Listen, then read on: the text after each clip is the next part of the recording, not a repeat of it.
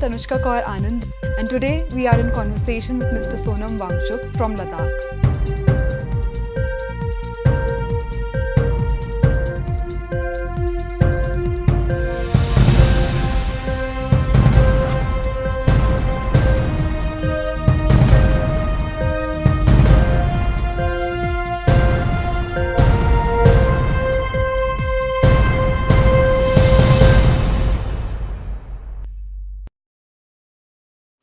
Hi, I'm Tanushka Kaur Anand, the Executive Director of Global Panorama Showcase, and today we are in conversation with Mr. Sonam Wangchuk. He will be sharing his thoughts on how we can promote sustainable development and also responsible tourism in the region of Ladakh.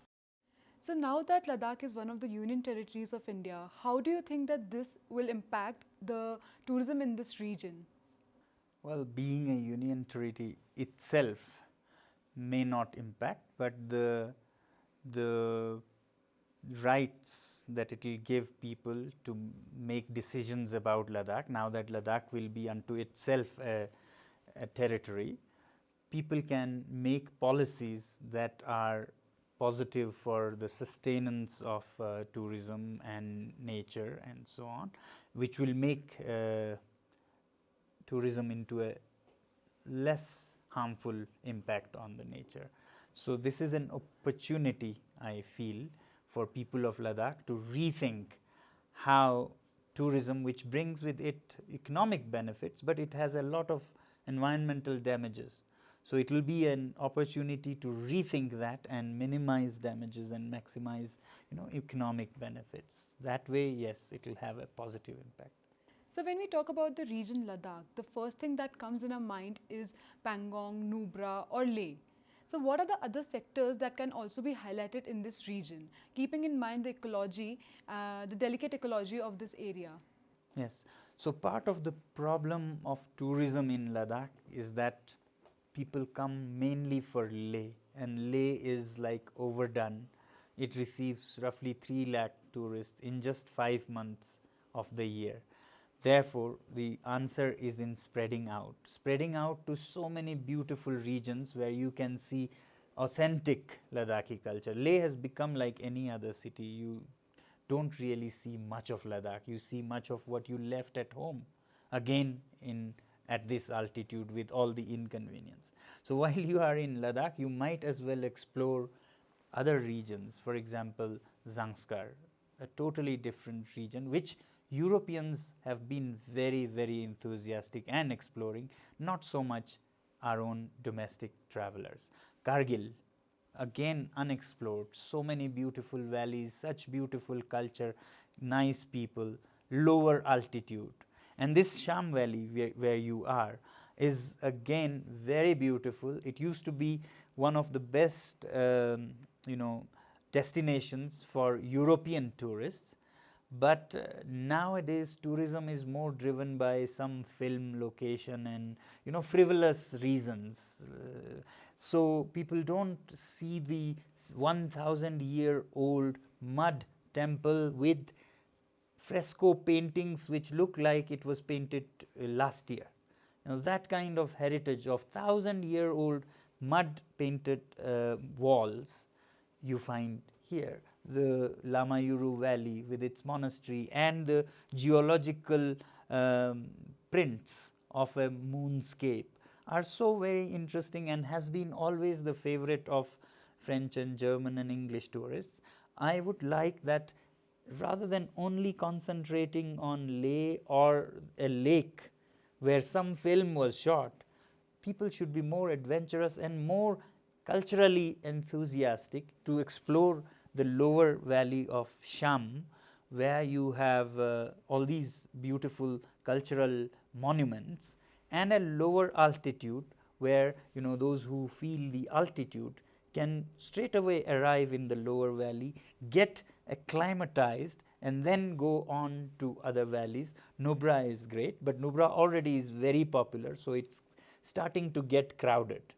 Pangong is way too overcrowded, and if you go to Pangong, I would say go stay there for a night. For God's sake, it was supposed to be the end of the world for even Ladakhis. Now tourists go there and come back the same day, driving 12 hours. It's a punishment. Don't punish yourself. Go there, spend a night, go see some villages, meet people, understand the culture, how they live, how they farm, and that's education.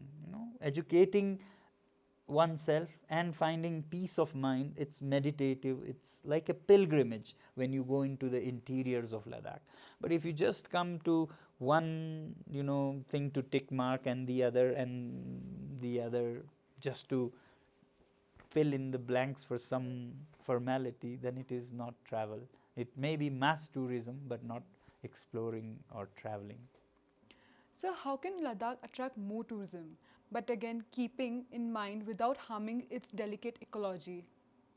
So I'm not so much for attracting more and more. I would say we have to find a middle path where a good number of people get to come and see our world, same as I would like our people to see other worlds. So traveling and exploring is a beautiful thing when it is in limits. Now, if more people were to be interested, whether we like or not, then it should be spread out for numbers to increase. 3 lakh is a large number compared to what it used to be, but it is not a large number if you manage it well. So if you were to have more numbers, then I advocate spreading out into these areas that I just mentioned, into these rural areas where there is authentic Ladakh to be seen, and a lot of trekking based tourism, so that they spend weeks in the mountains from village to village seeing real life in Ladakh, so that it is less of a pressure on the lay town and more of an economic opportunity for the rural people, so that they don't have to migrate to the city. So you have recently introduced the concept of farm stay. Can you please educate us more about this concept?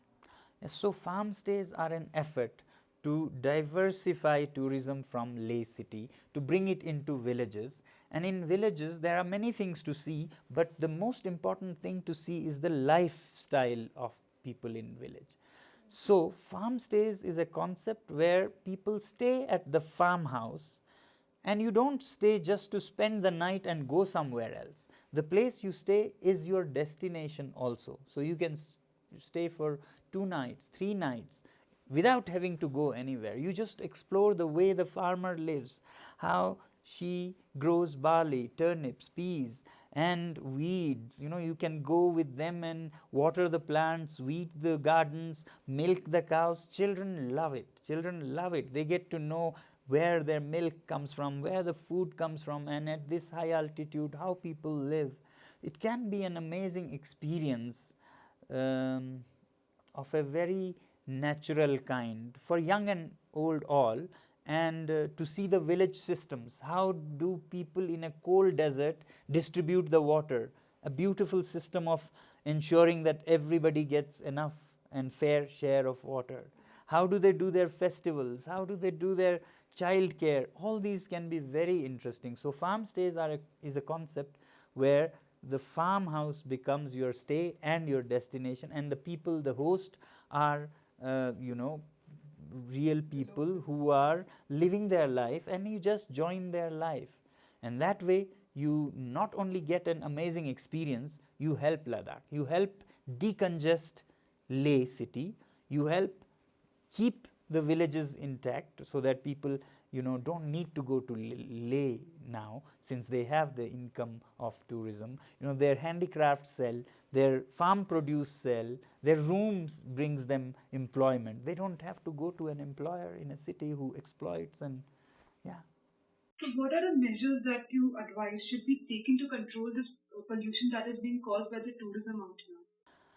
Well, to start with, our travelers have to be sensitized. So I appeal to travel companies, travel media, magazines, your forum for example, to sensitize our Indian travelers. We are not very rigorous in planning our travel. We just get up and come here to Ladakh.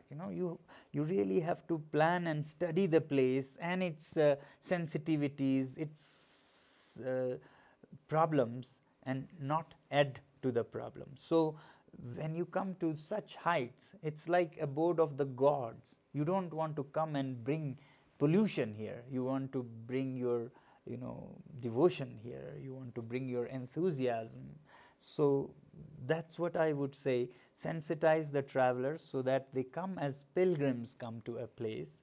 Students come to a university. You know, this is a university of life, of geology, of herbs, of wildlife. This is a beautiful place of learning and not just a pleasure playground that you trash and go back. So, our travel agents are the key here. What message do you want to pass on to the travel fraternity and how they can educate their clients when they are traveling to Ladakh? Yes. So I think travel companies should engage with their clients to pass them materials. They may not be able to directly educate, but they can pass them materials, they can pass them links. And I am planning myself at our university to make many videos of sensitizing travelers before they come. And you would be very effective in making sure it reaches every traveler before they come. How do you handle water issues? How do you handle trash, garbage? You know, how do you be polite to people? What are the do's and don'ts in a temple, a place of worship, in a family? All such things should be already done before they come here, and we would be very happy to share such information, such video materials that you can share with them. So together we can make Ladakh a happier place rather than mismanaged mess that it is going towards. So I really appeal to all your travel fraternity to help Ladakh, become an example, not just for the region, for the rest of the nation and the world. We can all do it. Thank you so much, sir, for being with us today. This was indeed a very enlightening conversation with Mr. Wangchuk. We would like to spread the message of let's move together towards sustainable development and responsible tourism. Discover the world responsibly.